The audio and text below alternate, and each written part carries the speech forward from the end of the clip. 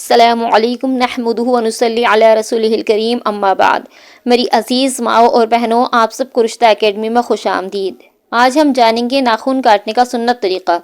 تو دائیں ہاتھ کی شہادت کی انگلی سے شروع کر کے چھوٹی انگلی پر ختم کریں۔ ناخن کاٹنے کا سنت طریقہ کیا ہے کہ دائیں ہاتھ کی شہادت کی انگلی سے شروع کر کے چھوٹی انگلی پر ختم کر دیں، پھر بائیں ہاتھ کی چھوٹی انگلی سے شروع کر کے انگوٹھے پہ ختم کریں، پھر دائیں ہاتھ کا جو انگوٹھا باقی رہ گیا تھا اس انگوٹھے کا کاٹ لیں۔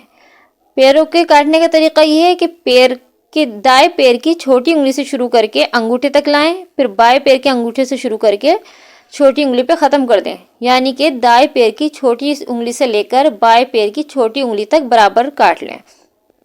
یہ تو ہو گیا ناخن کاٹنے کا سنت طریقہ۔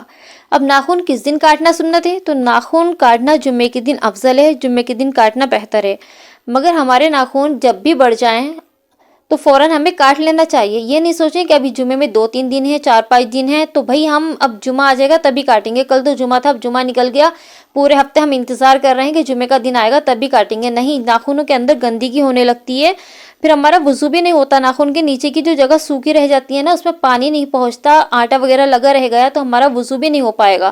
تو ہمیں کیا کرنا ہے، جیسے ہی ناخن بڑھے فوراً ہی کاٹ لینا چاہیے، دن کا انتظار نہیں کریں، کوئی بھی دن ہو جو بھی دن ہو وہ کاٹ لیں۔ ناخن کاٹنے کے بعد ان پر تھوڑا سا تیل لے کر مل لیا کریں، سرسوں کا تیل ہو، ناریل کا ہو، زیتون کا ہو، جو بھی تیل مل جائے وہ لے کر ہلکے سے اس پر مل لیا کریں۔ اس کے بہت حیرت انگیز فائدے ہیں۔ صحت، طاقت برقرار رہتی ہے، یادداشت تیز ہوتی ہے، نظر تیز ہوتی ہے، اعصابی کمزوری دور ہوتی ہے، بڑھاپا جلدی نہیں آتا، گھٹنے کے جوڑ مضبوط ہوتے ہیں، دل دماغ مضبوط ہوتا ہے، اور بھی بے شمار فائدے ہیں۔ آپ لگا کر دیکھیں، خود اندازہ ہو جائے گا آپ کو کتنے زیادہ اس کے فائدے ہیں۔ اب ہم نے تیل بھی لگا لیا، ناخن بھی کاٹ لیے، سنت طریقے سے کاٹ لیے، جمعے کے دن بھی کاٹ لیے۔ اب ان ناخنوں کا کیا کریں؟ انہیں کوڑے میں یا باتھ روم میں کہیں بھی پھینک دیں؟ نہیں، بالکل نہیں، ایسا نہیں کرنا، بلکہ کیا کرنا ہے ہمیں انہیں کسی گملے کیاری میں ڈالنا ہے۔ ناخن کو گندگی میں پھینکنے سے انگنت بیماریاں انسان کو گھیر لیتی ہیں، اسے معلوم بھی نہیں ہوتا، اس لیے ناخن کاٹ کے ہمیشہ گملہ یا کیاری میں دفن کر دیں۔ ایک عمل ہے جو شیخ طارق عبقری بتاتے ہیں، اس پر بہت لوگوں نے بلکہ ہزاروں لوگوں نے عمل کر کے فائدہ اٹھایا ہے۔ آپ بھی کر کے دیکھیں، ہو سکتا ہے آپ کے بھی مسائل حل ہو جائیں، بیماریاں، جادو، بندشیں سب ختم ہو جائیں۔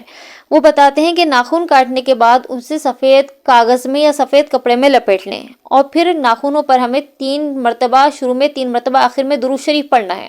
اول آخر 3 بار درود شریف پڑھیں، بیچ میں ایک تسبیح انا للہ و انا الیہ راجعون کی پڑھیں۔ جیسے جب کسی کے انتقال کی خبر آتی ہے، ہم پڑھتے ہیں نا انا للہ و انا الیہ راجعون، تو ہمیں انا للہ و انا الیہ راجعون یہ تصور کر کے پڑھنا ہے کہ جو بھی میری بیماریاں ہیں، جو بھی میری خراب عادتیں ہیں، جو بھی میری پریشانیاں ہیں، جتنے بھی جادو ہیں، اثرات ہیں، وہ سب کے سب ختم ہو گئے، سب مر گئے، وہ ان سب پہ میں کیا پڑھ رہا ہوں؟ انا للہ و انا الیہ راجعون پڑھ رہا ہوں۔ پھر پڑھنے کے بعد ان ناخنوں کو گملے میں، کیاری میں یا قبرستان میں کہیں بھی دفن کر دیں۔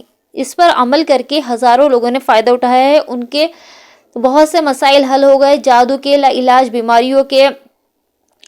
آپ بھی اس پر عمل کر کے دیکھیں، انشاءاللہ آپ کے بھی سارے مسائل سب ختم ہو جائیں گے۔ جو بھی بڑی سے بڑی بیماری ہو، جو بھی ایسی پریشانی ہو جو آپ کو بہت زیادہ پریشان کرتی ہو، اس پریشانی کا تصور کریں اور اس پڑھ لیں ناخن پر، اور پھر سے دفن کر دیں۔ اور اگر ہو سکے تو سب گھر والوں کے کٹوا کر ایک جگہ اکٹھے کر لیں، اور پھر ان پر سب پر ایک ساتھ ہی یہ کر لیں، اور سب کے لیے دعا کر لیں کہ اللہ جو بھی سب کی پریشانیاں ہیں، بیماریاں ہیں، ہم نہیں جانتے کس کس کو گھر میں کیا پریشانی ہے، کیا بیماری ہے، تو ان تمام کی بیماریاں، پریشانیاں ختم ہو جائیں، انشاءاللہ بہت فائدہ ہوگا۔